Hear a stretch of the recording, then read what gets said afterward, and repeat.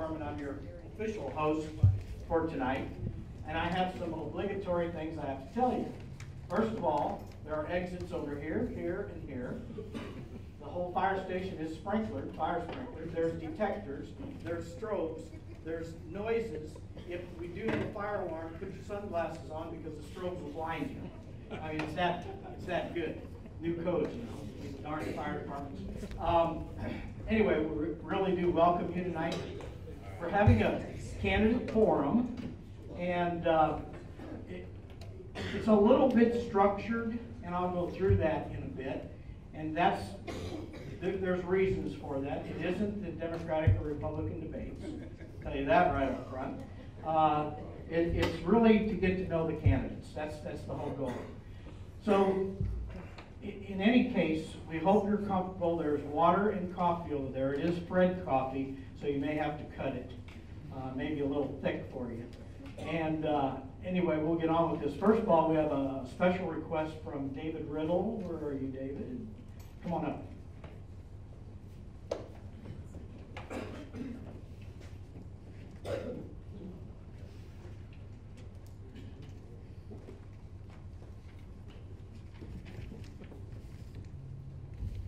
Well, thank you, Fred, so much. Actually, Fred has known me since I was about 6 years old. My mother used to ride the fire engine here, and I grew up in Ponderosa. And I'm currently your Senatorial District 7 chairman. So Senatorial District 7 is the Senate district that we sit in. All the precinct chairs in SD 7, raise your hand. So we have lots of precinct chairs, and the precinct chairs actually conduct the elections. So I also have just a couple of things that I want to say. Some are not on the exact same topic. There's one thing that I wanted to kind of just clear the room with.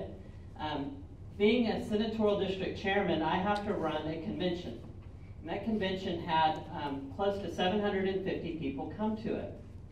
And at that convention, we have elected officials and surrogates of the elected officials that come to speak. So we had the Lieutenant Governor of Texas. We had our senator come and speak. We had several state representatives come and speak, and we had candidates come and speak.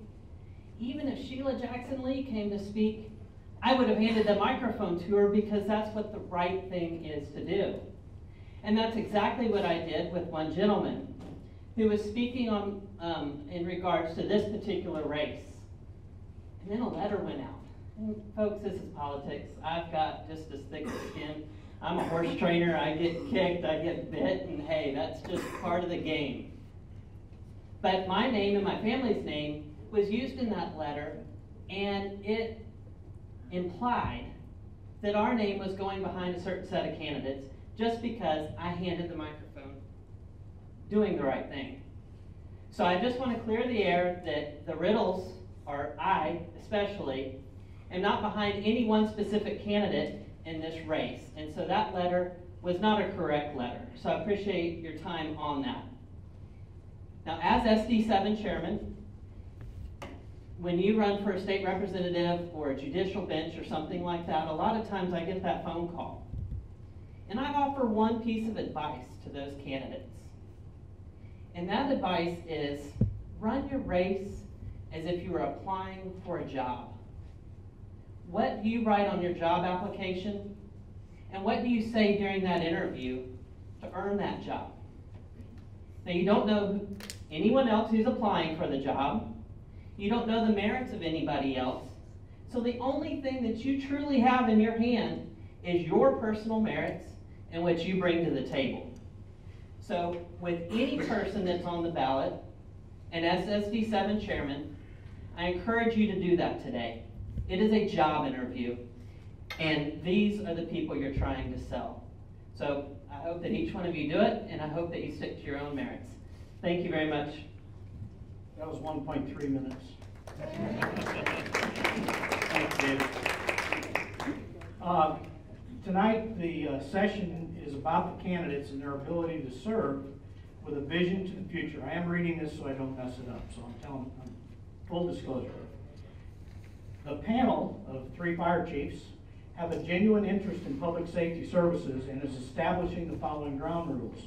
We hope we can do our part to hear the candidates in person instead of fighting the losing battles with the uninformed social media. I'm your primary panelist. Chief Richard Leader of the Cypress Creek Fire Department is there also, and Chief Scott Seifert of the Spring Fire Department are the other two panelists. I performed a lottery today to seat the candidates from left to right based on the name chosen first, second, etc., etc. There will be questions by the panel. There will be a 1-minute maximum time period per candidate per question. Rebuttal rules will be a raised hand to speak, 30-second maximum time. The panel will determine the maximum rebuttals based on their own decision. We can't go on and on and on and on. We want to get you out of here no later than 8:30. And remember, that's no later than. The individuals on the panel will choose their respective questions, and we'll begin with Mr. Pernard, and the other candidates will follow in order. The next question will start with Ms. Plummer, and so on and so forth. The panel will not allow personal attacks or excess negativity in those responses, and can question the candidate upon their respective conclusions of their statements.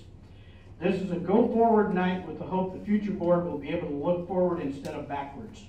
We expect positive commentary in their statements about the future and success of these organizations. The panel can declare a dead horse at any time. And as Fred asked me before, what's a dead horse? We don't know until it happens, okay? David, you're probably the best horse guy in here, so tell me when it's a dead horse. They will have an opportunity to speak here in a bit. So, introductions. And again, I want to read it so I don't mess it up. I'm Fred Windish, the Fire Chief of the Ponderosa Fire Department. I moved here in 1975 and joined Ponderosa Fire Department that week. We were pure volunteer at that time. That is the same year that CCEMS was formed. I am retired from Shell Oil Company's Research Division after 30 years of service. I have been heavily involved in our community, region, state, and national fire service, also serving on the board of directors of the International Association of Fire Chiefs for 11 years, and I still serve on the Volunteer and Combination Officers Section Board since its inception in 1994. I'm a certified executive fire officer of the National Fire Academy and a chief fire officer designate from the Commission on Public Safety Excellence. Most of all, I adore this so-called job and serving our communities. I am very interested in this election because the past 4 years have become a burden to both Cypress Creek EMS and ESD-11. Someone needs to declare a cease and desist to focus on the mission of serving our citizens instead of spending tens of thousands of dollars on allegations that have all been proven to be false. That is the reason I am here tonight. Focus, mission, and of course, realistic legal operations versus allegation that causes pain and suffering to the people within the organizations. From the perspective of our agency, we work with Cypress Creek EMS every single day. Last year, this fire department responded 764 times with Cypress Creek EMS under a managed program, reducing the burden to our agency. ESD-11 and ESD-28, which is our ESD, are the same taxpayers funding our services. So it's banana, banana. That's my introduction. Chief Leader, you're next.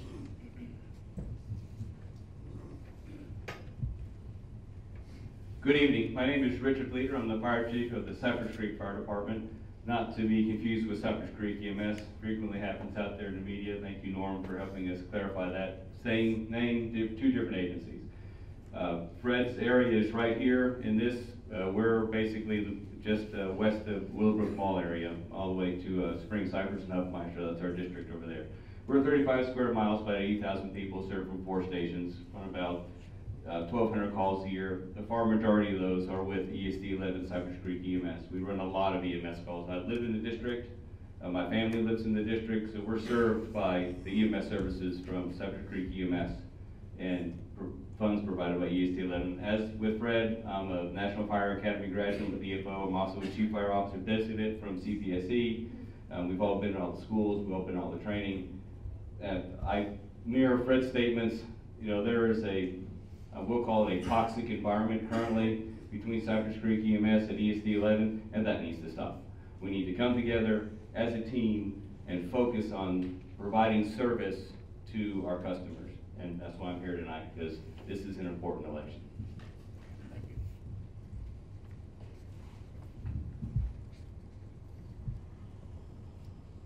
Good afternoon, everyone. I'm Scott Seifert with Spring Fire Department. I moved to Spring in 1979.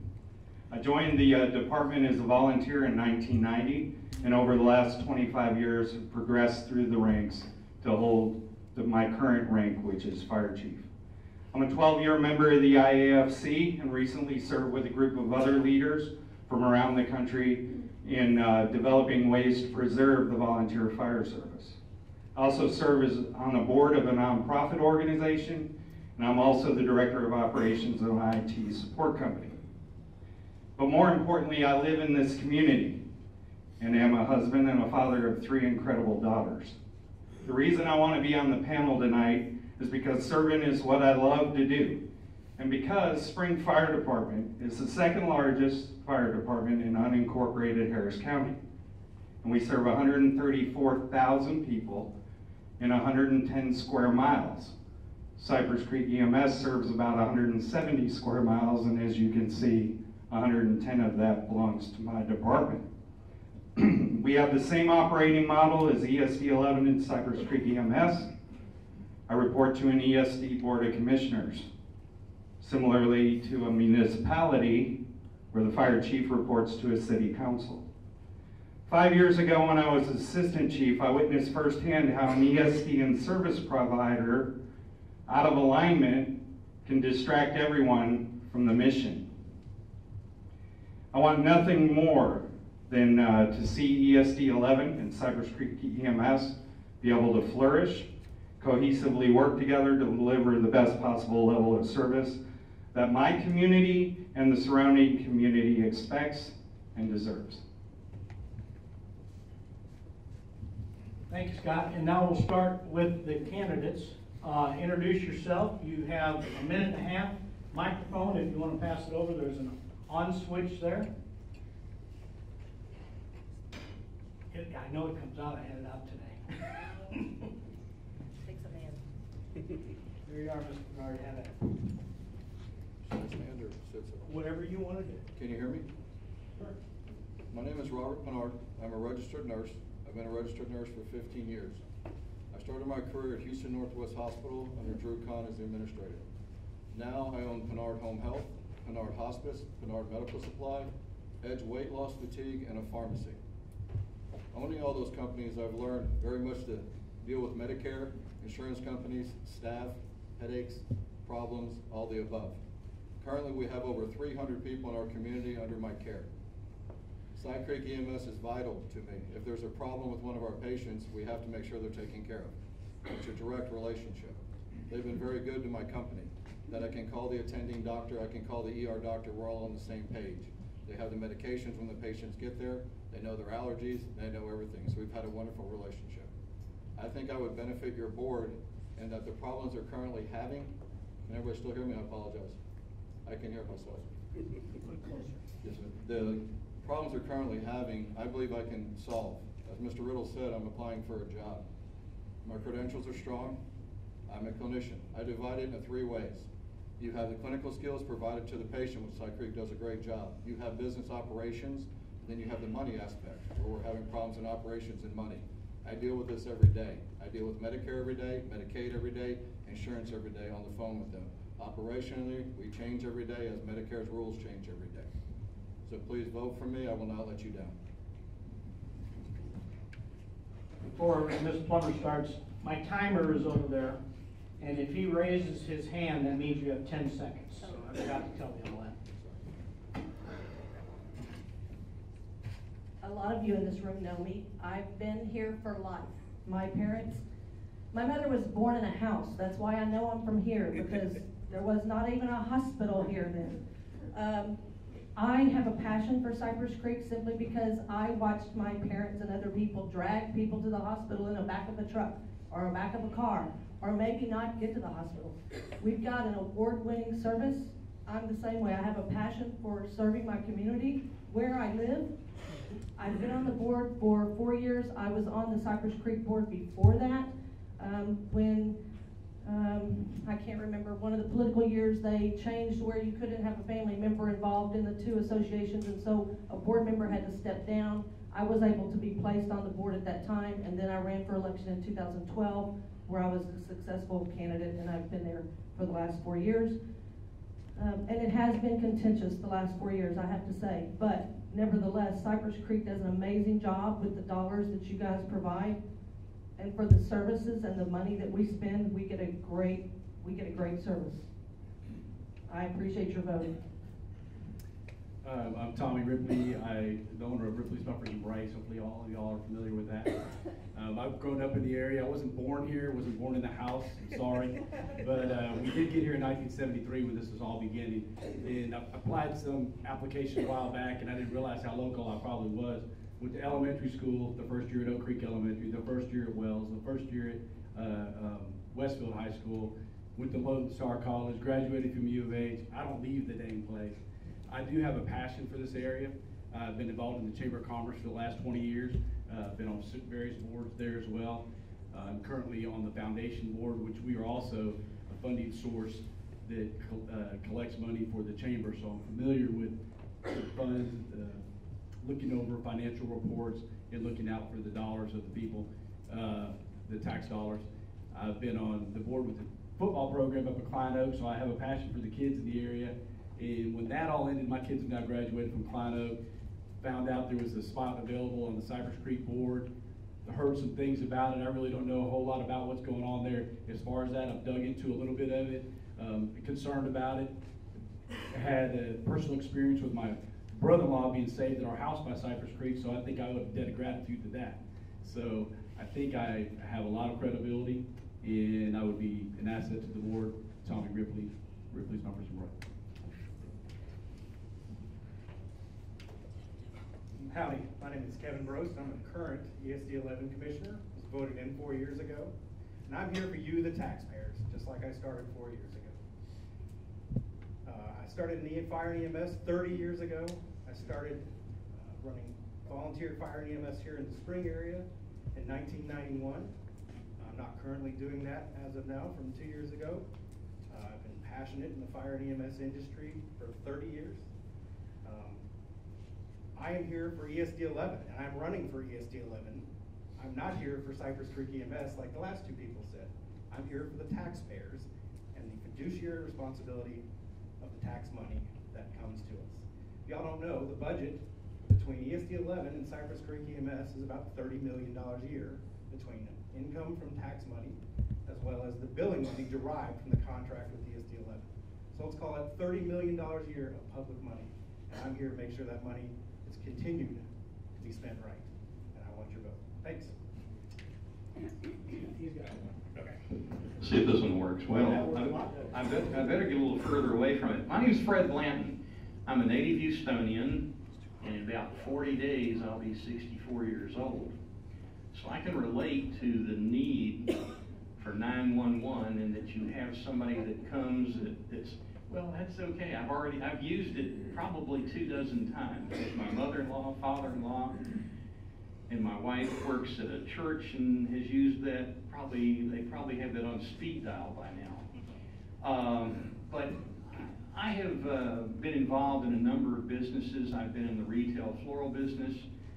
We used to send trucks out here in the 60s, which was like going to another world. And in '73, we bought property over on Inez Road, which is East Ritchie. And 3 months later, they announced they were going to build a North Harris College next door to us. So I've been out here since then. I moved my residence here in 1980. I was on the mud board of Wood Creek in '82 and president, I think, in '83. And I remember collecting $3 and putting on the $3 donation on the water bill, which then we got in trouble for because we didn't get permission to do it. And we got that taken care of. And I was served 3 terms on that. I don't have enough time to finish this story, but I served on the Winrose Mud Board and several others. My name is Fred Blanton. Remember me on May the 7th. What was it, 4th? Oh, come and vote early and vote twice. All right, right, thank you very much. We're going to start with questions that the panel has worked on.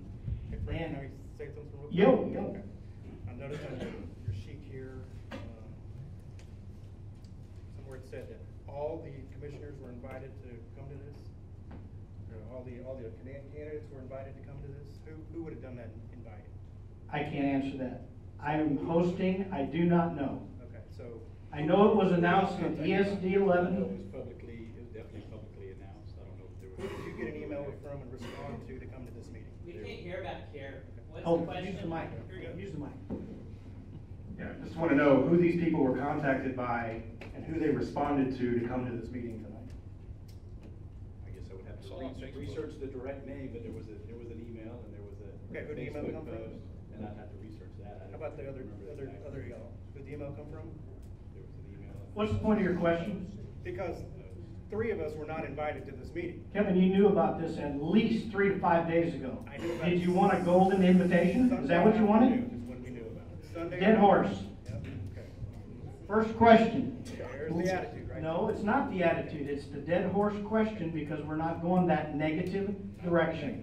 Understand it. Information. Let me reread the rules, Kevin. I'm reading off. I'm in charge, you aren't. Okay. All right? I'm gonna say it right up front. We're not going negative tonight. Let's get the facts out there. Yeah, right. You're in my house. Okay? List the top 2 or 3 objectives you hope to accomplish if you are elected, Mr. Bernard. And you have to talk loud into that. Yes, sir. Hello? Hello? First thing I'd like to do is for the Cypress Creek Board and ESD Board to meet and get a definition of what each person does.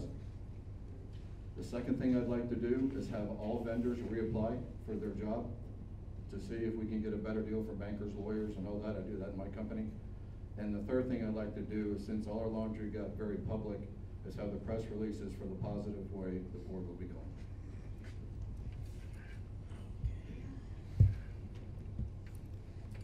If I'm reelected, my 3 objectives are sort of much the same. I think we don't necessarily need to clean house, but we might have to do some strong housekeeping. I'm not certain our interests have been served by some of our vendors, and I agree with Robert on that. The second is, we've been trying to work on our mission, and we do have a long-term mission, but I kind of want to revisit that. We've got a lot of stations, we've got a lot of things going, but we have some aging stations. I would like to see them updated and maintained. We're doing it on an as-can-go basis, but with everything that's been happening, it's just hard to concentrate on the things we need to concentrate on. So we need to get back on track, get our stations up to shape. We've got ambulances coming, we've got to get them on the ground and moving. I would say the 3 things are, the budget obviously is the biggest part. Kevin made an interesting correlation about with ESD and Cypress Creek, and I guess they are separate entities, but is that ESD does fund Cypress Creek currently, and that's the budget that we're looking over, if I'm not correct. But so I would like to look into that budget just to see, to make sure everything is in alignment. The transparency, that's a lot of what I've been getting. So when people have found out and asked me questions about running for this position, they said, well, what about this transparency question? And so I understand it's all available. It's maybe not on the site, so we can look into that, as to making it available on the website. And then the biggest thing, like Robert said, is the negativity that's out there when you Google it. Because I did it immediately when I found out about the availability of the seat. I Googled it. I called people. I asked around, and I would like to clean up that negative. The positive swing also be available, not just the negative. Use that mic. Good mic or bad mic? I hear this one. That was loud. Loud, test, 1, 2. The 2 or 3 things that I continue to like to do is make sure the taxpayer money and the public money is spent properly, and continue to dig into the information, some of it which we've received from our vendor right now, Cypress Creek EMS, and some of it which we have not. I'm sure most of the people in this room have heard about all the different investigations and things like that are going on, and we have our own job as ESD commissioners to make sure that the taxpayer as well as the public money goes to the right places. We need to continue to find out and make sure that that money is doing the thing it needs to do. Karen said, it's our job with the tax money to make sure that assets are placed on the ground with your tax money. I was key this year in getting 9 new ambulances purchased for Cypress Creek EMS. 6 of those will actually be in the ESD's name, and we're trying to build a second station in the ESD's name as well this year, but getting pushback from our provider, Cypress Creek EMS. Okay, very quickly, I think we need to focus in such that we're all on the same page. We need a clearly stated objective as to what we're going to be doing and where we're going. We need leadership, we need transparency. We can't make this thing work if we're fighting in a circle, shooting at each other. So as far as I'm concerned, and I have felt like I have been the arbitrator and the so forth in so many things. When we had 68 employees, it seemed like every day I was usually trying to unend problems and issues and bring people together and focus on a clear objective. And this is one of the things that I think is probably needed in these, but with this organization. And that's it.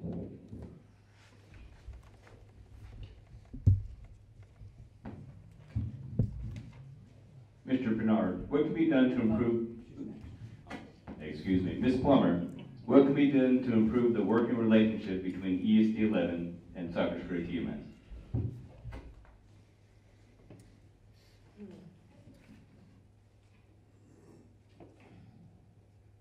Well,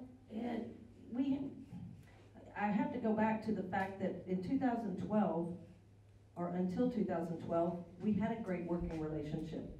It's been since the change in commissioners that it has been a strained relationship.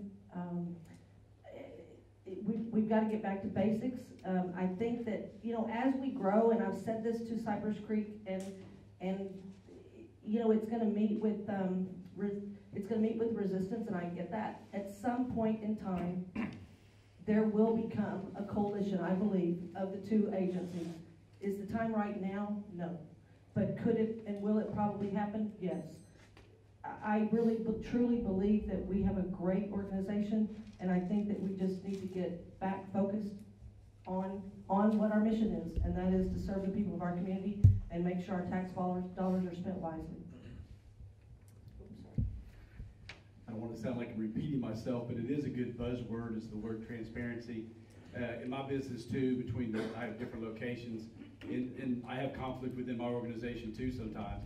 And even me and my manager don't see eye to eye all the time until we talk about it. And finally one day we take some time aside to actually just talk about it. And that's really a lot of times all that it really needs to be, instead of us fighting each other all in all. And so the key word that I read one day and heard about it, and maybe you've all heard it in church, is iron sharpens iron, right? And so let's just talk to each other and use your skill set and my skill set, and let's work together and not fight each other. And that's what I keep seeing that happens in my business, and I've had in other organizations, especially in the football program. If your kid didn't start and his kid started, there was a lot of conflict. And so we got together and talked about it, and there ended up being usually a general understanding. So I think transparency again. Kevin, can you use that mic? That's too hot. Yeah, but we hear them better. I don't really care about you. I care, but I don't care. Please use that mic because it works better. Thank you. So the video cameras can't hear them. Okay. Makes That's much fine. sense. Which one you want? I want that one. Okay. Just Okay. don't. Test 1, 2. Better? That's a little bit better. Okay. Again, I'll repeat the same thing. Transparency, transparency, transparency. We've got to be transparent with tax dollars and public funds. Open lines of communication are an absolute key to transparency, as well as the two organizations working together. Being a current commissioner, I know I ask questions and I get no from the current provider. I ask questions again and we get no, and I ask questions again and we get no, and then just continues round and round and round like that. So we cannot keep getting no when we ask questions, especially from things that are in our contract that we have a right to get based on the contract between Cypress Creek EMS and ESD 11. And there's several other people wanting the same questions answered that the SD board wants questions answered. And obviously those people have gone to the state of Texas, and the state of Texas has given rulings and things like that. And that's it. Okay, working relationship. We need clearly stated goals. We need clearly defined objectives. We need clearly stated what is to take place in the contract. And we need to have definitions that define things. You know, this is a little bit simpler than trying to operate 5 flower shops, where in each shop you have anywhere from 15 to 55 people, and they all want to fight with each other. And I experienced this for about 15 years. And the only way that it straightens out and it clears out is when you lay everything out, you have everything organized, and you have clearly defined lines of responsibility and authority.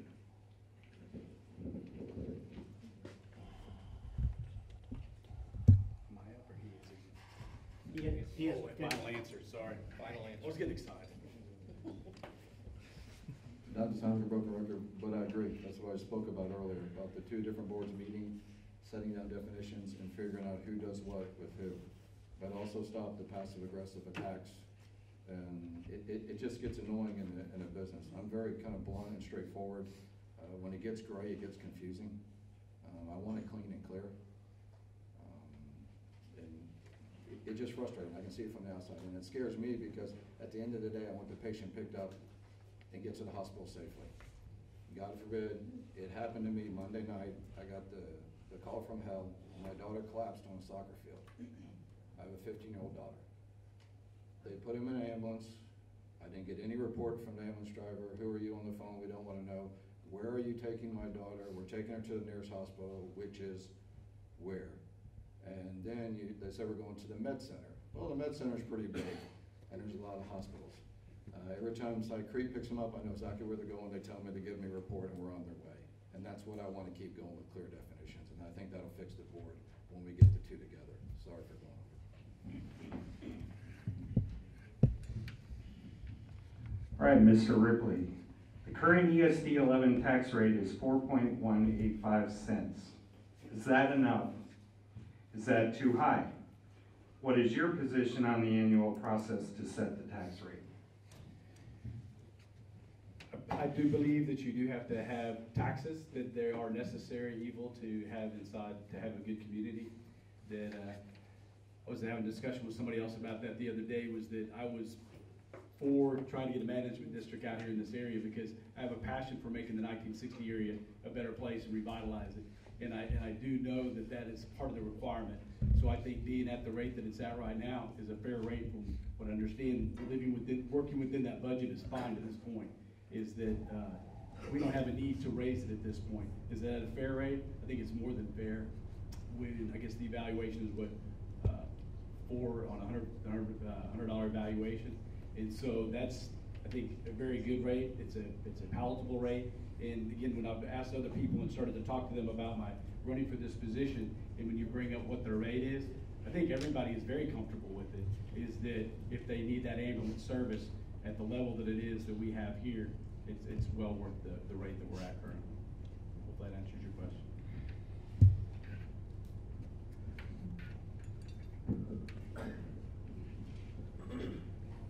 I think our current tax rate is where it needs to be. I was one of the ones that helped set the tax rate this year. The thing about the tax rate and the total amount of dollars spent is what we need to look at. So there's the tax rate that brings in roughly $15, $16 million a year, and then there's billing that comes along with the contract to our provider, which brings in roughly $15 million a year. So let's call it again $30 million a year. Our board, through contractual as well as monthly relationships and dealings and meetings with our provider, are supposed to get certain things for the dollars we put on the table. And currently, right now, we're not getting those certain things. We're supposed to have so many ambulances on the street for so many hours a day for so much money. And that right now is not happening. And that needs to happen with the money. Okay, on the tax rate, here's the question I have. Is the demand that we have for services growing and staying the same as the tax base. Here's the problem. If we have a demand for X number of calls, X amount of service, is there an ad valorem tax base that is equal to providing that at the same rate? And I don't know. I don't have an answer to that. If we look at the 1960 area, we look at some of the high incident areas that are within the district, we see a growing demand for services from people who have no money to pay anything and have higher demands, and we collect nothing from them. So how is this trend going? To say that we can stay at the same tax rate is not being very responsible from the standpoint that we don't know what that demand is going to be exactly.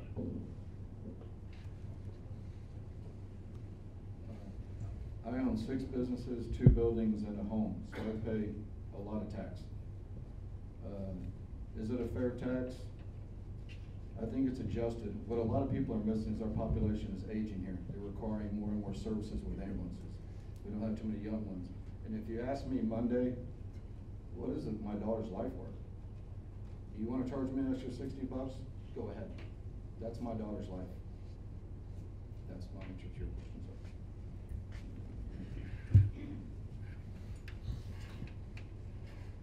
I think I remember the question was, is our tax base, could you read it for me again, I'm sorry? Yeah, it's 3 parts actually. The tax rate's 4.185 cents. Is that enough? Is it too high? And what's your position on the annual process to set the tax rate? So something close to that. I think it's fair. It was fair when we set it this last spring or fall when we do the tax rate. Again, we raised it a little bit this year because of the need, because of the increased growth we've experienced in the area.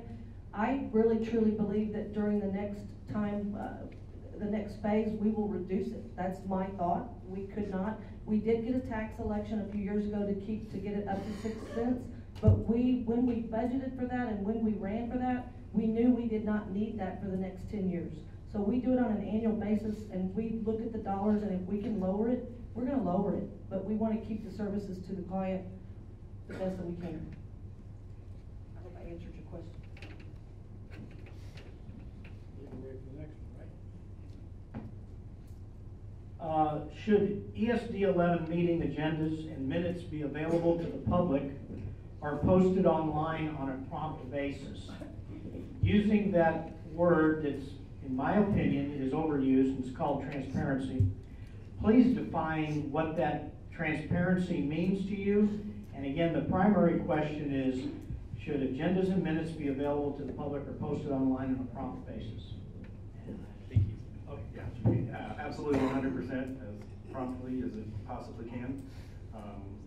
Meeting minutes need to be read at the meeting afterward to be approved, and then they should promptly be posted on as many public forums as can. What was the second part of the question? Define transparency. Transparency. Letting the taxpayers know where their tax dollars are going.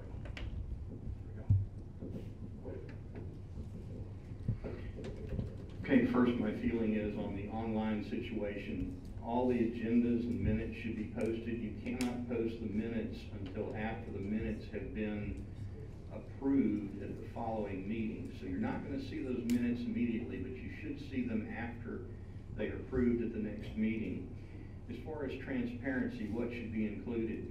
I think basically everything that doesn't have personal information on it. Check registers, disbursements registers, income registers, where you have HIPAA things that cannot be disclosed. Naturally, those things would not be disclosed. But the agendas, the any kind of workshops, anything of that nature, put it on there. We have it on for school districts, we have it on for college districts, we've got it on for mud districts and everything. So, I mean, I don't see any reason to not disclose it. Will you repeat it one more time, sir? Questions? Oh, sure. Should the meeting agendas and minutes be available to the public or posted online on a prompt basis, and define transparency. Yes, they should, sir. I attended an ESD meeting. I don't think a lawyer needs to take the meeting minutes. That's not responsible use for the taxpayers' money. And I've seen that done twice at the 2 meetings I went to. It's kind of ridiculous to me. Transparency, I think everything with what Fred said, we're dealing with HIPAA. We have to respect HIPAA and patient's privacy.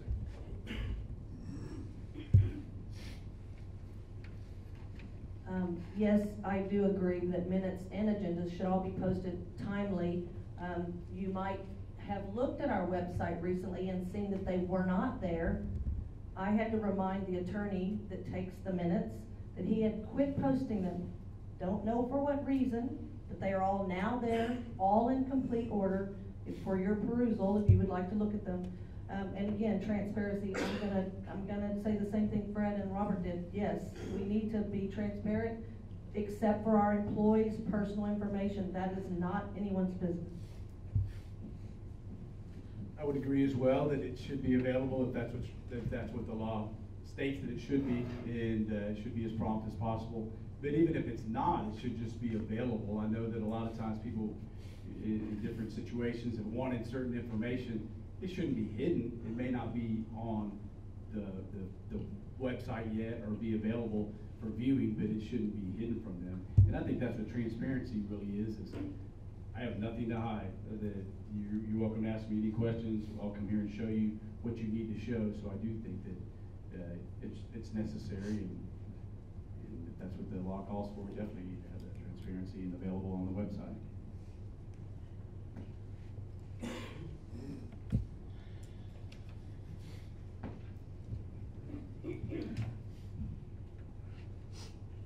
Mr. Blanton, what do you think will be the biggest challenge for ESD 11? And I'll alter the question.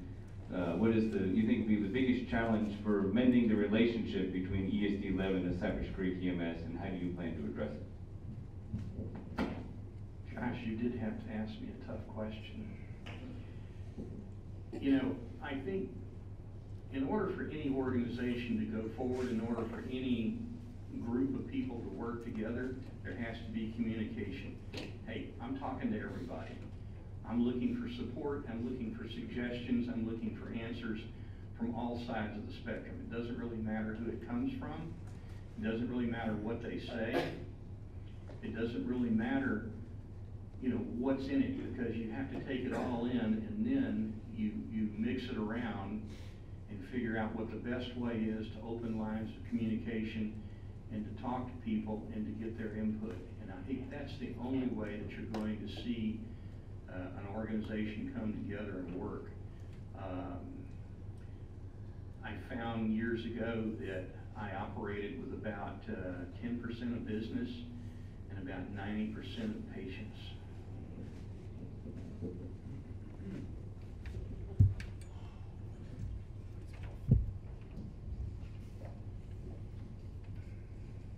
Can you repeat, sir? What do you think will be the biggest challenge in basically improving the relationship between Cypress Creek EMS and ESD 11? First, the election. If there's changes made in the election, it would definitely matter. Defining Cypress Creek's role and defining ESD's role would definitely matter. With the investigations going forward, that when they're answered, they're answered. Whatever happens, right or wrong, we deal with it and move forward. Instead of more and more and more, we have to kind of get past that, because we're kind of paralyzed right now with everything going on. The new projects coming forward and all is just kind of stopped. There's a lot of good ideas everybody has for services in the area, and everything's just kind of come to a halt. I understand there's an investigation going on, and we need to let that happen, and everything needs to happen with that. But we're kind of frozen right now, and frozen's going nowhere.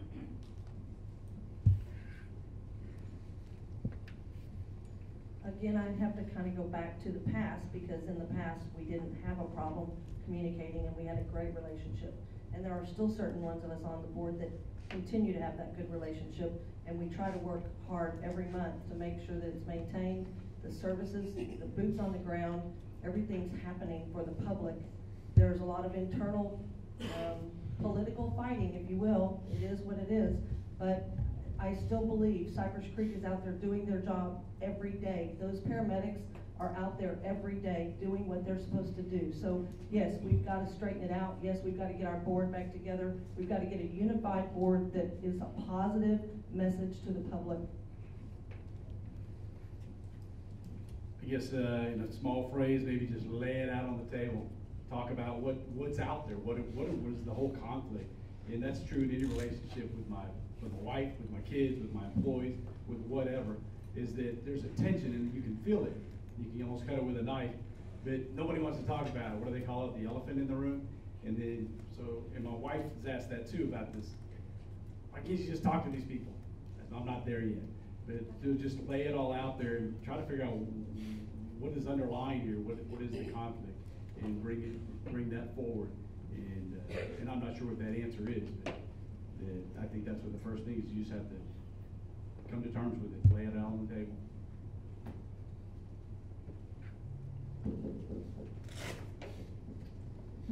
Mending the relationship with the contractor is going to be a difficult task, I'll tell you that. Again, like I mentioned before, when you ask your contractor for information that they're supposed to provide under the contract, and they don't provide that, and they keep telling you no, and keep telling you no, and keep telling you no, you have to dig into the reason why. Why are they telling you no? Why won't they give you the information that the public is supposed to have? And that's our job as ESD 11 commissioners, is to get those answers for you, the taxpayers. Find out where the money is really going, and let you, the taxpayer, decide that's really where the money should be going. Cypress Creek does run a fantastic service on the street. We just need to know where all the money's going. And that's what all these questions have to do with what all these investigations are doing, is where is the money going? Kevin, I have the opportunity to ask you a question because twice you have stated basically the same answer. Okay. In that they aren't answering your questions. Correct. Explain, if you can, give us a little bit of meat on the bones on that. Okay. An example of what isn't being answered. I don't know. Being answered. We have some direct line items that RESD pays for from our budget directly crossing over to Cypress Creek EMS's budget. Those numbers are supposed to be paying for certain things specific in that budget. And we need to make sure that if money A is supposed to go to money A in Cypress Creek's budget, that is really where it's going. Numerous times we've come up where money A is not going to money A in Cypress Creek's budget, and we don't know where the money's going, or it's going to some other part of the budget that we did not approve it to go to. That's the meat on the bones. Why can't we see where the money's going? Why do you keep saying no? Why do you keep telling the public no when public information requests are asked upon ESD 11's board as well as Cypress Creek EMS's board? And our public is asking us, why don't we get this information when we ask for it? And we say, we can't get it from our provider. ESD 11 actually had to hire a separate legal counsel to contact Cypress Creek's legal counsel to ask these questions and help get these questions answered to the tune of $50,000 or $60,000. What was the outcome? 3 of the board members said what came about of, I can't really talk about it because a lot of it was done in the executive session, but the 3, I don't even know if I can say. I still don't know what you're looking for. We spent a lot of money on an attorney, and What did you the say, Ms. majority. Plummer? I couldn't hear you. I said, I'm still not sure what it is he's looking for that he hasn't seen. Actually, Kevin, that's basically the So the gist answer- of my question, because I have attended several ESD 11 meetings. Sure. And in my opening statements, I know of at least 4, quote, investigations, unquote. And all have been clear. And I don't understand what your allegations are related to based on my knowledge. Doesn't mean I know it, but I don't understand. Okay. I'll see if I can be And more. you may be more- limited, Yeah. and I understand that. Yes. Just flat out on the table. most ambulance services in our area average about $500,000 a year to put an ambulance on the street. So take all their budget, all the monies that they have coming in, and between administrative service, staffing the ambulance, paying for the ambulance, all the costs associated with running an ambulance, it's about $500,000 a year. We're supposed to have 14 full-time ambulances and 4 part-time ambulances on the street. So let's call it 16 full-time ambulances, if you want to call it that. So $500,000 a year in most places is costing our taxpayers $1.875 million a year. More than 3 times what most people pay for an ambulance. We want to know why it costs our taxpayers more than 3 times what most people in Harris County pay for an ambulance. But are you comparing apples to apples or apples to oranges? I'm comparing other ambulance services in our direct area. So that's meat on the bones. Still apples to apples and apples to Absolutely. oranges. No. It's not. They're- And we're gonna call a dead horse between you and I on that one. Sounds good. But simple arithmetic comparisons are not necessarily always accurate. I agree. And It takes more money to run a elite service than it does a non-elite service. And yes, Talk about that. and so it's just difficult to, and we're gonna stop there. Okay.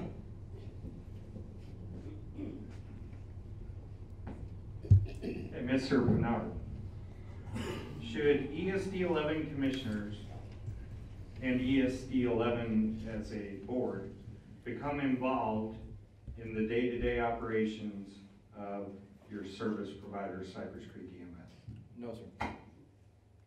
No, sir, they're not trained.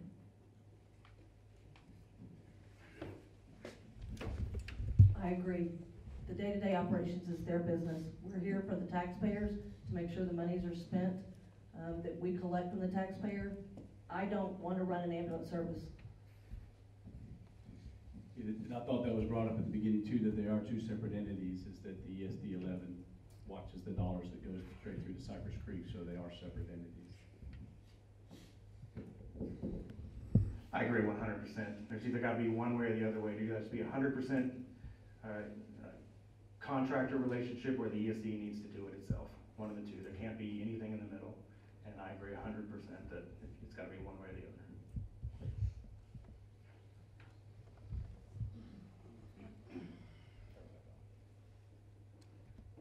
It's much quieter this way.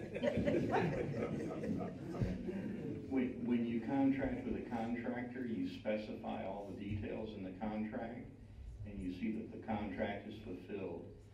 You don't get into the day-to-day, operation by operation, piece by piece, and watch over their shoulder. That is not how you contract. The same thing we have in college districts, the same thing we have in school districts. The board members hire a superintendent. The superintendent runs the schools.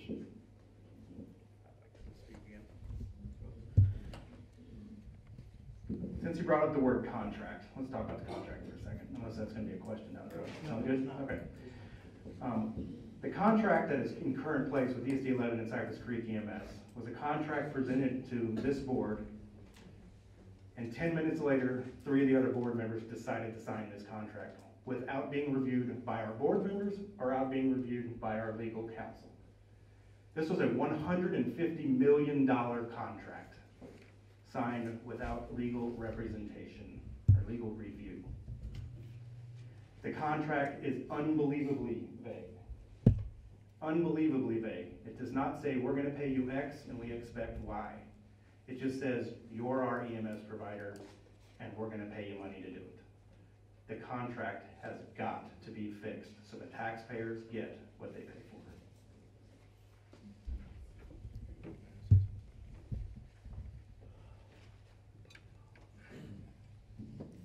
And follow what Mr. Gross said, that's why I was talking about vendors and legal counsel, to recheck and check and make sure we have competent counsel, competent accountants, all the way through. We may keep the same people, I'm not saying it would change, but we gotta make sure that it's there, and the people that know do what they're doing. So, I concur with the maybe vagueness of a contract, but that's a legal counsel on the SD board's issue. I remember correctly, it seems like we argued about the contract for about 9 or 10 or 11 months, so the attorneys did have it. I'm not gonna say that all commissioners have it word for word, but the attorneys on both sides have the contract. 100% false. No, it's not 100% false.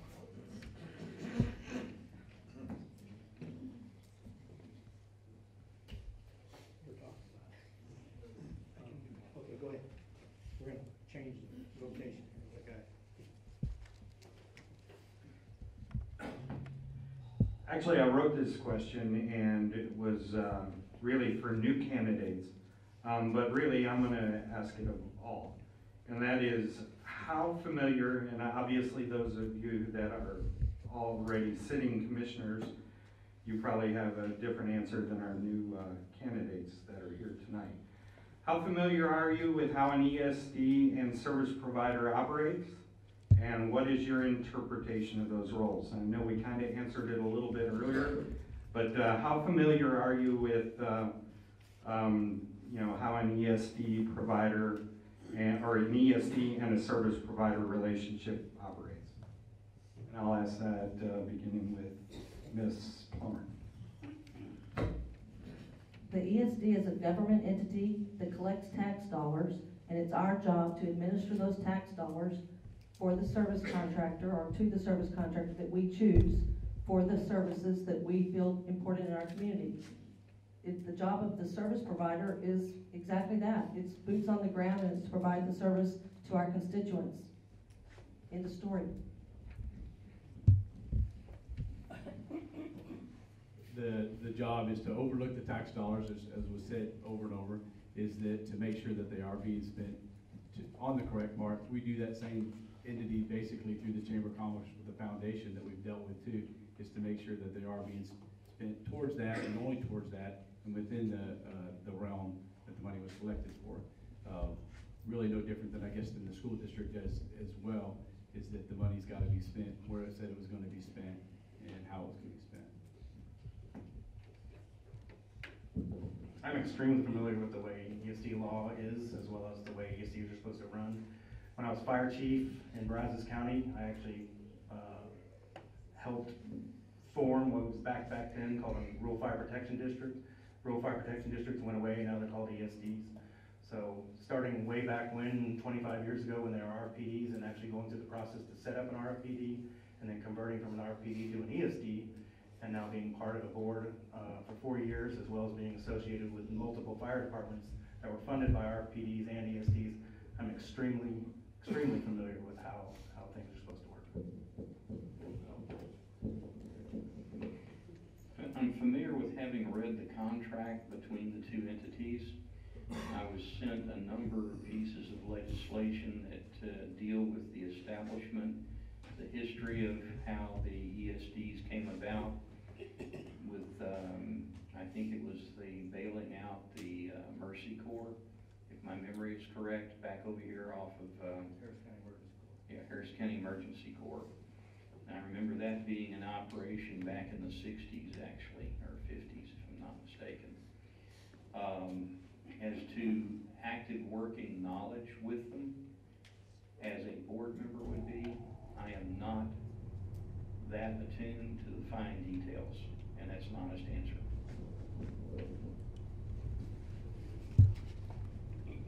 I'm familiar with 3 states, New York, Florida, and this process here. In New York, it's New York City, they set up a psychiatric EMS to go to psychiatric ER, and I was on the board sitting as a student / understanding everything, so I got to see how they had to work and be together since you're doing psychiatric different cases.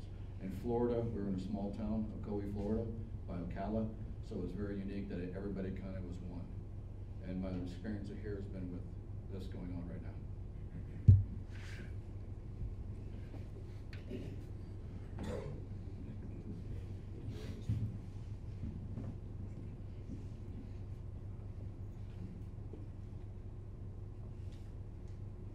So this question was originally designed to be asked to an incumbent ESD commissioner, but I think it has applicability on both sides, those that are incumbents and those that are not. One would hope that people that are seeking election to ESD 11 would have done some research and kind of understand maybe the depths of some of the issues that are out there. And hopefully that's why you're running for ESD commissioner. So there's obviously some problems in the relationship between ESD 11 and the service provider, Cypress Creek EMS. And there's been a lot of investigations, and some of these investigations come back. I think some are still ongoing, and more seem to be added to the pile, which seems counterproductive. So the question is, you've probably heard the phrase, being part of the problem, not part of the solution. How do you think you can be part of the solution and not part of the problem? I do feel like it's been a role of mine. I feel like I'm always on the optimistic side. It's a get or done thing. Is that do you want to deal with the things that have been wrong in the past? Sure, they got to be dealt with. But we also, and I think that's where I get to come in with fresh eyes. I don't know about the ESD as well, obviously, as some of these that have been on the board. But you get to come in with fresh eyes and fresh ideas. And I think that's maybe my advantage, is that I do have a different vantage point as a business owner. I think I get to come in, and I've been problem solving for the last 20 years with this business in my previous experience in the home building industry.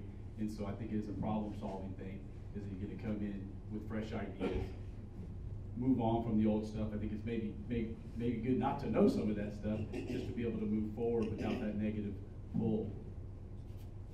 Hopefully that answers the question.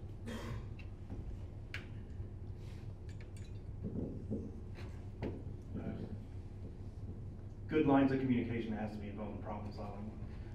Again, you can't just keep getting the word no every time you ask them for information. Being a chief officer of the fire department, as you know, you've got to problem solve on the fly. I've been chief officer of numerous fire departments, and I can problem solve on the fly and get things done.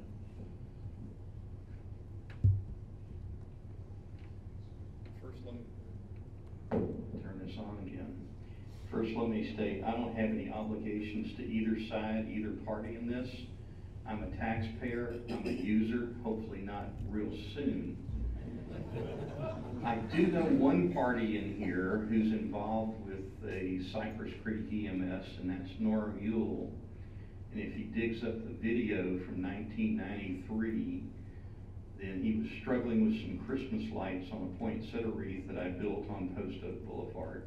Other than that, I don't know anybody. I've met Brad England, I think this is the third time, perhaps. Met several other people that are in the fire department. But I think that the object, or the task that I see as a bridge builder, let's come together, let's focus on the goal, let's focus on the object, let's move forward. And that's what I'm interested in.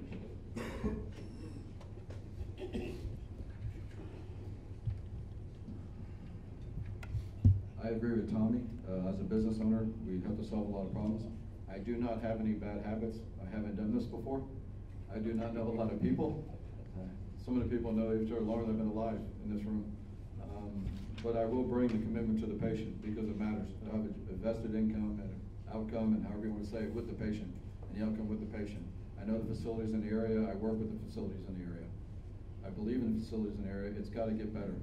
The public starts losing faith in us, your employees start losing faith in you, you get poor quality employees, the public starts to find other ways to do something, you have a problem.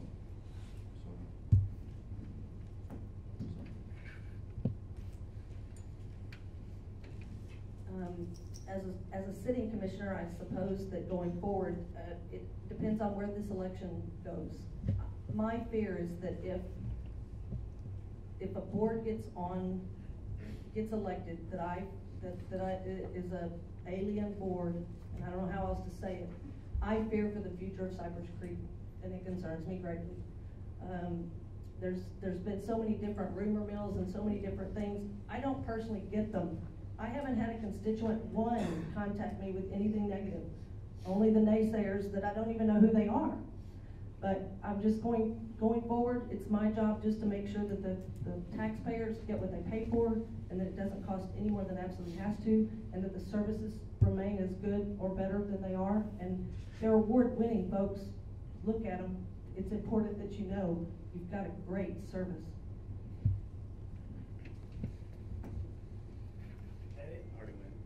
All right, we're going to do some audience participation here. No exercising or anything like that. But there may be some latent questions out here that you may have, following the same rules, no fist fights. And is anybody interested in asking a question? Yeah, I was able to. That's the smell. Thank you. Hey, Introduce yourself. Drake Cameron, I'm a taxpayer over in Lakewood Forest. How many people are on the board? Is what I would like to know. What are these contract lines you're talking about? What is your service area? It'd be nice to have a map here. We could maybe look and see what the interrelationships are. Why are we missing 2 people that have been invited? Those are some of the things that I'd like to know. I'm not sure that went for the candidates, so let me see if I can do that.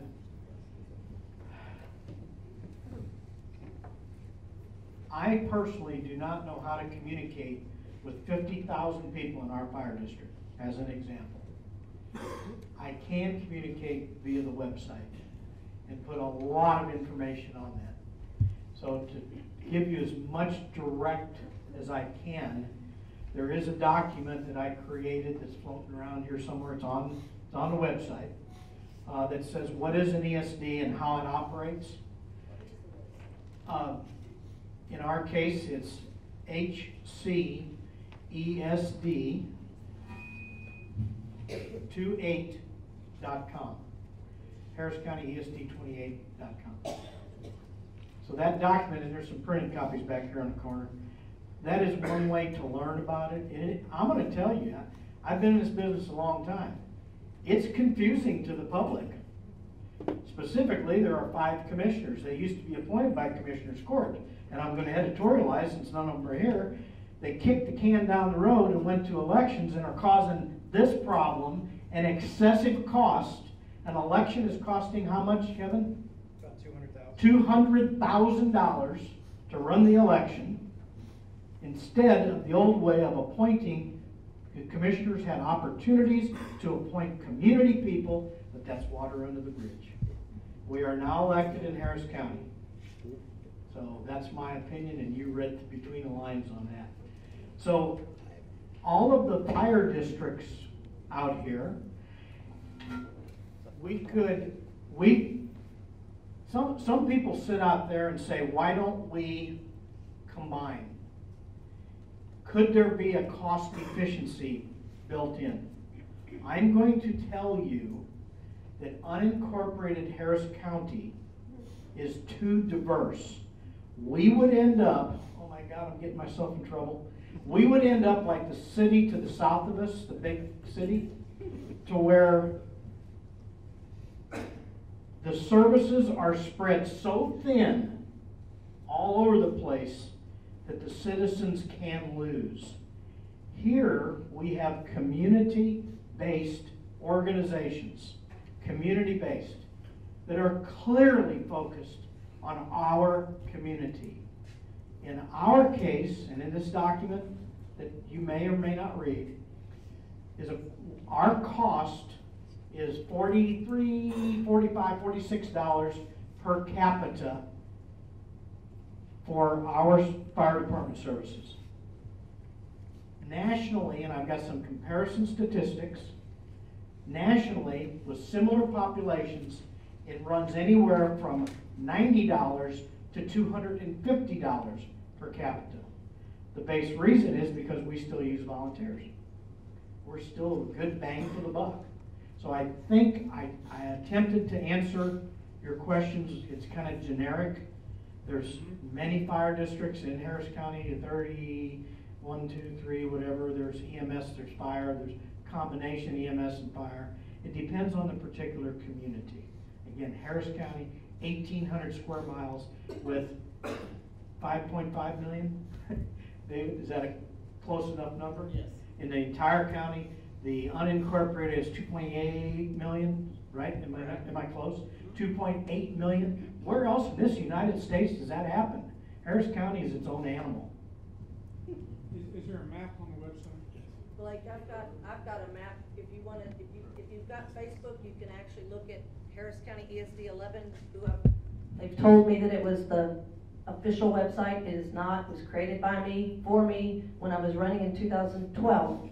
But there is a map, a pretty, to get it bird's eye, to Humble, 1960, to the creek, to 290. And there's some fingers going back and forth, but that's kind of it. Trust me, it's difficult. Chief, thank you. Yes. Why are these other two folks not here? I can't answer that. Anybody know? Well, this one is in Lubbock, Texas, attending school. They didn't get invites. He didn't come to the. I did not get an invite to this, nor did Mr. Folsom or Mr. Burleth. The only invite. These other people got an email and responded to whoever sent them the email, and it was at least early last week when that was sent. I believe on Facebook you were notified, they responded on Facebook. Nobody was notified. If your next door neighbor has a party and you're not invited, are you gonna invite yourself? No, of course not. Candidates were invited to this particular reason. Again, not gold-plated invitations, Kevin. These four You people were got very emails aware. and responded to those emails to the person putting out the emails, and they won't say who they were. Kevin, And I did not get that. Board meeting. Neither did Mr. Folsom or Mr. Burleth. No, you didn't. Yes, I did, because I asked if we had to have an open meeting. Yes, I did. John Taylor was there and told me that he would check into it. There's more questions from the audience. Okay, yeah. Get over. Somebody else had their hand. All of us in the audience have heard the word investigation. I've run out of fingers and toes and almost hair follicles. Who is asking for the investigations? Who's paying for the investigations? And is it a state agency that's providing these investigations? But give us a little bit more background, because just because we hear this word investigation thrown around and then we harvest that information from the investigation, how do we determine whether it's credible information? So my main question, is it a state agency that's doing this investigation? Because they're the ones who created ESDs.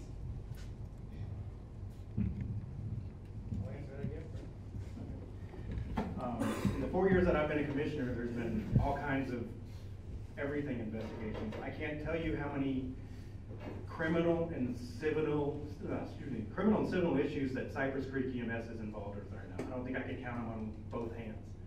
They are currently under criminal indictment in Harris County.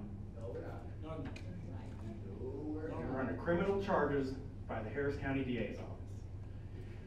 They have Wait a minute, hold on. You made a statement that's been absolutely challenges. You're wrong.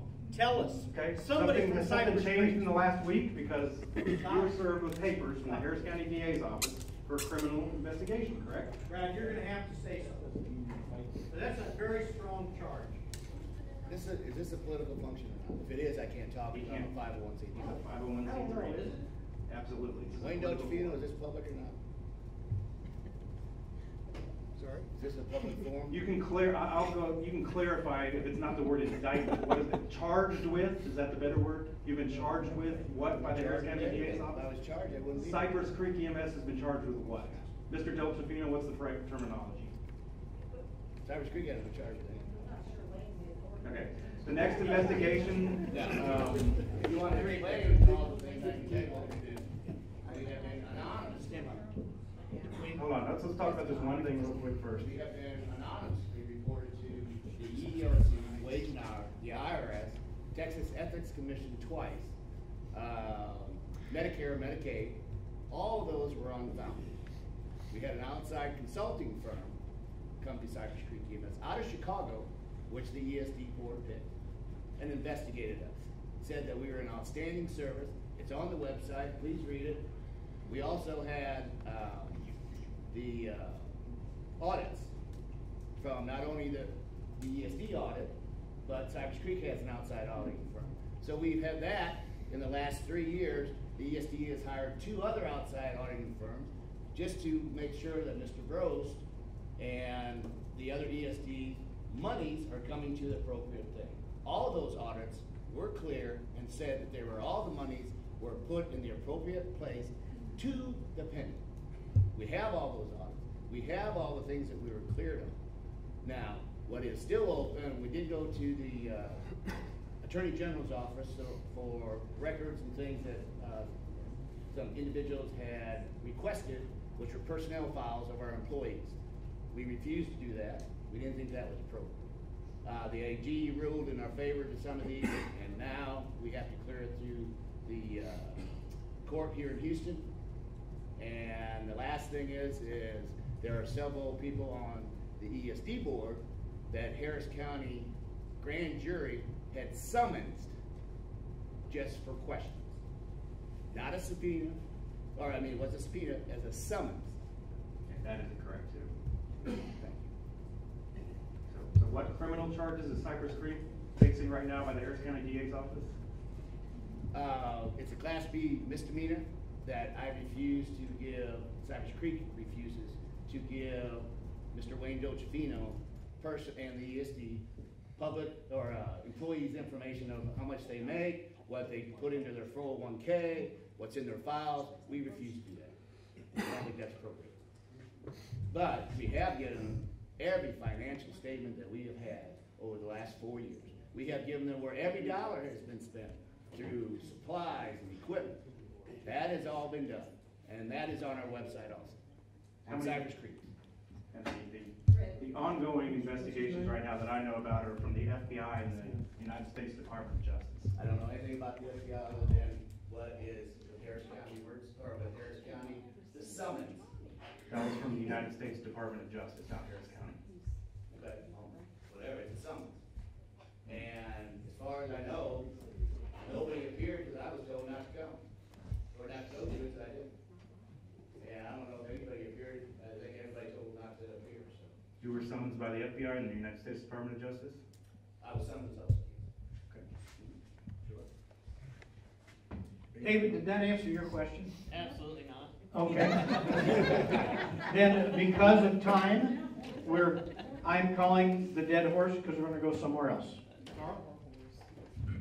My name is Carl Schwinker. I'm the publisher and also reporter for what is called the Ponderosa Pride, which is a newsletter of the Ponderosa community here, which is about 1,554 residents. This issue is very important to us, and we intend to have an explanation of what the situation is in our next issue, which should come out at the end of this month. I have a couple of questions. Number one, I was looking at one of the commissioners is not here. I was wondering why in the world he would want re-election when he made only 8 out of 28 meetings over the last 2 calendar years. Why would he even step forward and say, I want a job, I want you to pay me to be your commissioner, or at least allow me to play with your money, but in fact you're not going to be there. We don't take money. I know that. I'm sorry. I misspoke. Okay. The other thing that I sense. Is that commissioner not here though? The commissioner's not here. Well, then he's not here to really defend himself. So Well, he hasn't been at any meeting either, so. I would say that question's out of order. I mean, if he's not here to defend himself, and you're asking. Well, he lives in Lubbock. Go ahead. What's your next question? That was the point of that question, which is really unfair. He doesn't live in the I think that, excuse me, I think that was very appropriate if in fact that person is supposed to represent me and he's not there. Okay? Now, I'm talking as I'm trying to get, okay. We have a fractured board. We talked about, the whole thing was talking about communications and how to resolve the issues between the board members. How do you resolve the underlying agendas that have not been discussed? I can't answer that. That's what the board should do. Thank you. I want an answer. I heard transparency, transparency, transparency. I'm not one that agrees with you all the time, Fred. Anybody in this room interested in looking at every check and invoice that this fire department pays out for their cable bill, for their water bill, are you interested? I'll give you a generic, don't ask, okay? And some of it's listed. I don't know if it's, everything is there. My point with this transparency thing is how much is enough? I don't know. I don't know. That's what I'm trying, when my question before is define transparency. I don't know what that means. How deep does it go? Go ahead. I have an answer for you, sir. With respect to the board, I mean no disrespect. New blood. There are no new agendas. I don't have an agenda, and Tommy doesn't have an agenda to my knowledge. I don't know if he served. I mean no disrespect to the board. I'm not trying to pick fights. But new blood is new ideas. Well, you're running with the current board member. Sorry? You're running with the current board member, so how's that true? And you're also running with a criminal. Burlap. He got arrested for hitting his mom. Let's put it out there if you want to put it out there. And where is he to defend himself? I agree with you, man. He hit his mom. Where is he? No idea. It's not my job to take care of it. Well, you're running with him. You just handed out placards. If you want to dance, we can do the dance right here. Correct. I don't have an agenda. We have new blood here. Apparently you do. Because I also want to know, you jumped up and down about taxes. And I promised to keep my mouth shut. Yet you abstained from voting against the tax increase. Alex McCoy had that. If you were pro or con, abstaining means I don't have any issue in it. But you've been jumping up and down about taxes. Transparency of the taxpayers. Right, but you abstained from the vote. Why? It was a vote to increase taxes, and you abstained. Why? There was no need to vote on it. It was already going to be voted through by the other three You commissioners. still vote. The reason why I didn't do it is because exactly this. Where is the money going? What does that have to do with Cypress voting Creek on a tax EMS's increase? attorneys numerous times over the last several months has said, we Yeah, do not tax- aggressively bill our I get it, constituents but when we it's go a on tax, you're calls. voting on a tax. And we do not need Okay. ESD You're taxpayers' chasing money. bunnies. You to vote, run tax this- increase run or this no, ambulance yes service. or no. Tax increase or no, yes or no, you abstained. That is correct, I did. That's a no vote. Point of order. Sorry. Argumentative. I guess what I've heard though is that it sounds like every question that has been investigated, I just heard Brad say has been answered. Other than revealing employees' tax records, or employee records, payroll records, I don't see why you just keep digging and digging until something gets found.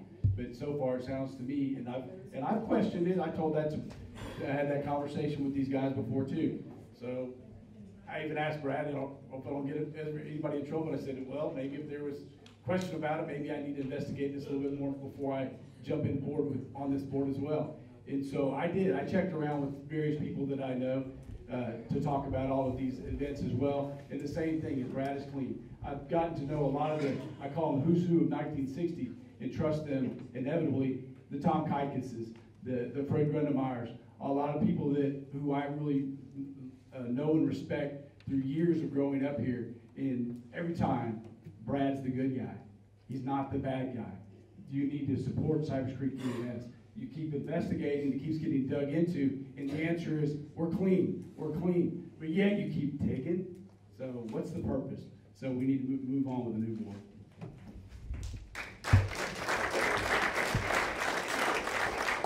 Again, you're running with a current board member. So your statement doesn't make sense. I comply. You I have a just- question. No, it does, because No. I agree with, Cypress Creek is one of the biggest strengths we have in our community. But I'm running with a current board member. You want to fight? You want to fight one of our strengths of our community? Go ahead, what's your question, sir? You probably don't want to know. Name's Kevin Roberts. I am a resident in Champions Park North. Most politicians wouldn't stand up if you were me, but guess what? I'm not a politician. Here's my question. Here's my question. What do these folks think? Because when I'm sitting here, okay, I don't feel very well represented. Okay, you know, $50,000 to $60,000 being spent. I mean, you can kick the dog numerous times, but if the answer, you know, I'm not the smartest bull, but I heard, you know, if you ask the same question a number of times, you're going to get the same answer. So what, I mean, there has to be, what is the truth? Okay, what is the question and what is the truth? Because at the end of the day, guess who we who vote hold responsible? Who do you think that is?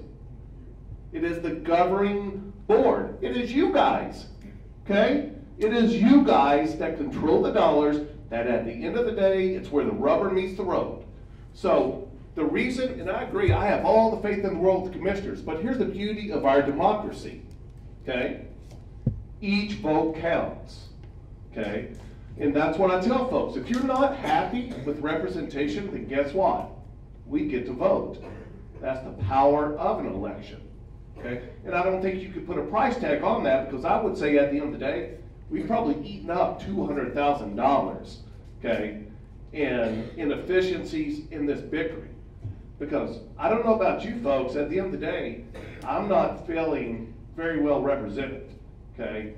And the two groups need to come together, you know, with folks that don't have a dog in the hunt, okay? Find the truth and move on down the road. This is absolutely ridiculous, because I'm walking away not knowing any more than I did in terms of who the best candidates are and why, what's going to change, okay? And I'm a new blood guy, okay? I'd fire all you guys and start over.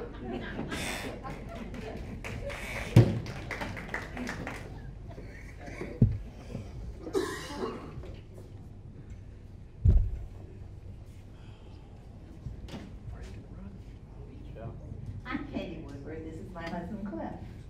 Back in 1975, we lived in Cypress Creek. 2 people died of heart attacks.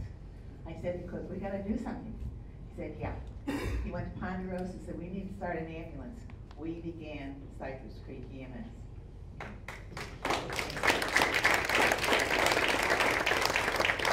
We lived and breathed Cypress Creek for 2 years. He was the first president. Another couple worked with us, Nancy and Mike Maxwell. He did the medical part because he had been a medic in the Army, and Cliff had done the fundraising, et cetera, and he was the first president. We love Cypress Creek. Every time I see it going down the street, I make a sign of the cross. I am proud of it. This is an outstanding, outstanding program. We cannot let politics, and I do disagree with you, Mr. Roberts, I'm sorry. We cannot let politics be involved in this ESD. We have to support Cypress Creek. There may be a few innuendos here or there, but nobody's perfect, and they will be taken care of. And because of that, I'm going to go out on a limb. We worked so hard for Cypress Creek. I didn't think I'd ever say this, but we are going to support Kennard, Plummer, and Riley, because we know their hearts are there. We know their background. We've been involved in other things. Cliff was on the school board in Klein. We know the situation. We know what's going on in the background. Trust me, we have to do this. We have to support Cypress Creek.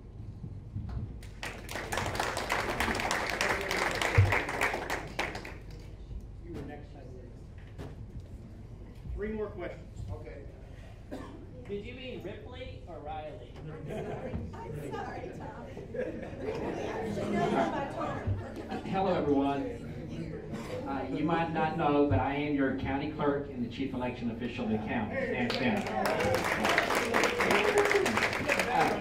Yeah, I know. I did. In person, yeah. Anyway, I'm also a member of ESD 11, and one of the things I did when I came into office about over 5 years ago was I sent a letter, and I'm not sure every board member got that letter. Was the fact that I was offering to run elections in non-primary years. In primary years, I don't have the equipment to support running the election. So this May 7th, you guys are running your own election. Many entities across this county are running their own elections. What I want to know is, would you join in non-primary years, May 7th, or the November election, so that we can have a greater participation, save taxpayer dollars, because we spread it across the board, the cost across more people. So my question to the candidates. Thank you for being here. First of all, the taxpayers need to know, all of the ESDs out here bought the machines, how many years ago? 5, 6, prior to you, I believe. We were put in a position that we had to, and it was a lot of money. They're stored under lock and key, Funkin' Wagnall's doorstep, all that good stuff. Now I'll pass it to you guys because I just wanted everybody to know we own our own stuff. Absolutely, anything we could possibly do to save the taxpayers money from unburdened costs, absolutely, 100%. If you've got any ideas or suggestions, I'd sure like to hear them, because between the last 12, 14, and 16, we're up to probably $500,000 election costs just for ESD 11, let alone ESD 7, his ESD, all the other ESDs. Does anybody, how much is ESD 9 is going to be this time? It's going to be astronomical, because it's the only thing on the agenda. And the ESD 9 is Cy-Fair, and they're the biggest out of all of us. They've got a $40 or $45 million budget, and 400 square miles, 450,000. 500,000 people out on this bunch. Lots. So, absolutely. Any suggestions, any way we could save the taxpayer money? 100%, no question about it. Okay. So you say November? He's saying off year, I don't know, it doesn't really matter. Remember, another time when I run the elections countywide, you know, why don't all these entities join us? We offer to them. I just can't do it during the times we have a primary, then a primary runoff right behind it. Talk to our attorneys. I'd like to comment on that. I requested this 5 times. I requested it when I was on the Wood Creek Mud Board back in the 80s before you were county clerk, because it baffled me as to why we were having an election. We had 5 or 7 days that people sat there for early voting, and they had no more than 23 ballots cast at a cost with 2 election clerks in early voting. Why can't you put it on November? Why can't we move this to November? Why can't we consolidate the elections? That's great, you should. I mean, that's why I offered at least to do the May 7th in the, I need more machines at my poll, because as we lengthen the ballot, it takes 7 to 12 minutes for each person to vote when you have 63 to 100 choices. I just finished one, March 1st. I had somebody back here before you. I'm having 2 more questions. My name is Greg Grunmeyer. I've been on the board since 2004, and I have to say thank you for the comments relating to no politics involved. That's been our problem for 4 years, and I hope we find a board who is not going to be positioned for politics rather than serving our good community. Thank you.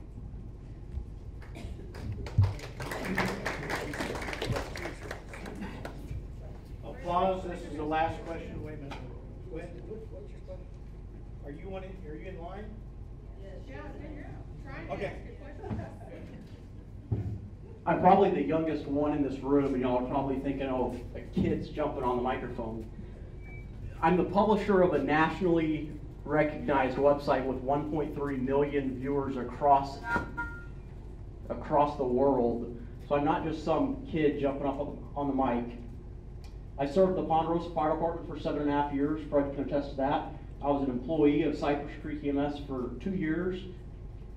Everybody keeps bringing up Cypress Creek EMS, and it's not a Cypress Creek EMS issue. This election is for ESD 11 and the $30 million a year budget that these board members manage for this community. So let's stop talking about Cypress Creek EMS and talk about where the money is being spent. I want to direct, real quick, a question to Ms. Plummer and Mr. Gross. There are 2 incumbents that currently sit on the board. Both of y'all, as well as every other board member currently on ESD 11, has been subpoenaed by the FBI. Ms. Plummer, can you talk about that? And you keep referring back to your 2012 election. So how does that tie into place with the subpoena by the Federal Bureau of Investigation? I received a subpoena from the FBI asking for my campaign records. The only campaign record I had from 2012 were personal phone calls I made and the Facebook page that I created that seems to be the brunt of a lot of conversation, asking for people's vote. I've lived in this community my entire life. I've worked in this community my entire life. I don't take a dime from the commission. I serve because my heart's in it, and it's the right thing to do.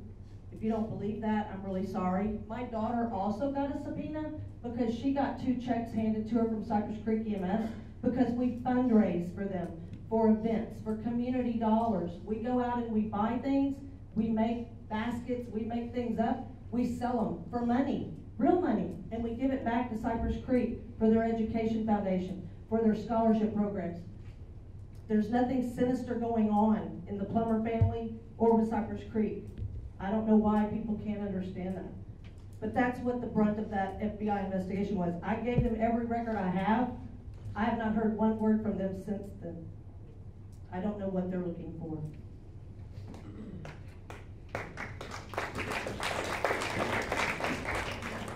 From my understanding, what this FBI investigation from is some form of improper election funding in 2012 and 2014, and taxpayer money being taken from the taxpayers, given to a service provider, and then somehow going back and funding campaign elections, is what I understand. That's my understanding of what the FBI investigation is from. I don't have any. I didn't get any, and I didn't. One more question. I do want to say that Zach Kernbrock, springhappenings.com. You withheld that information. Last one. Yeah, two things. That question about who's asking was never really answered, and from the comments made, I think we all have a feeling about who's asking. But my real question is, I can't for the life of me figure out what Wayne Delfino is doing here. What is his agenda? What is he going to do? I think. I'm sorry. She wants you to talk, Wayne. Oh, I'm What here? is your agenda? My agenda is watching democracy in action, honey. What's wrong with that? Lovely. All right. We are closing comments. And I want to say thank you very, very much for being here. I think the story is just beginning. Pay attention. I stated on the front end of this meeting, and I believe this firmly, we have great fire and EMS services in this area. We really, really do. Compare. I get around. Secondly, I do not know how to control social media. I think we're on the wrong path. I don't know how to fix it. Be careful what you read, because not everything is true on the internet. Thank you all very much. Stay as long as you'd like. Yes, ma'am. I'm with Pete, and what are you going to do with that dead horse? Bring him to my house. You want to get closing? Yeah, let's do a closing. How much time do you want? 30 seconds. I want y'all to know that I'm running by myself. I don't have a slate. I'm independent. I'm not obligated to anybody other than myself, the taxpayers, and your best interest.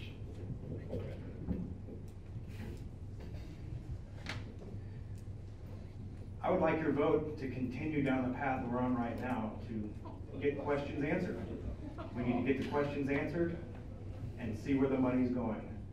And we need a controlling factor on this board. Please vote for my slate for Les, Brost, and Folsom. Thank you. Well, that's right. For the other one, that's right.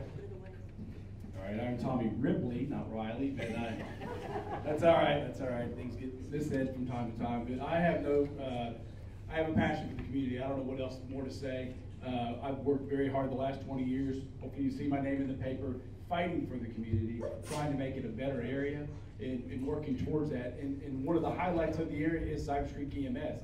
And I'm proud to try to be a part of that and try to help to keep that strength going forward. I have no hidden agendas. If anything, I feel like I'm putting my neck out, because if something went wrong, I have a business that could maybe suffer from it, or personal could suffer from that. And so I feel like that I'm very electable, and I'm the guy for the job. Vote Tommy Ripley. Thank you, Tom. And guys, I'm still the same person. I've been in the community my entire life. I've worked in this community for 40 years. I'm in title insurance. My integrity is everything, and these guys are threatening it. I hope that they understand that. My good name is all I have. I don't need it on Wayne Dolcefino's blog, or anywhere else for that matter. Vote for me. I do everything I can. I'm a simple girl, but I speak from the heart, and it's all about the service to the community.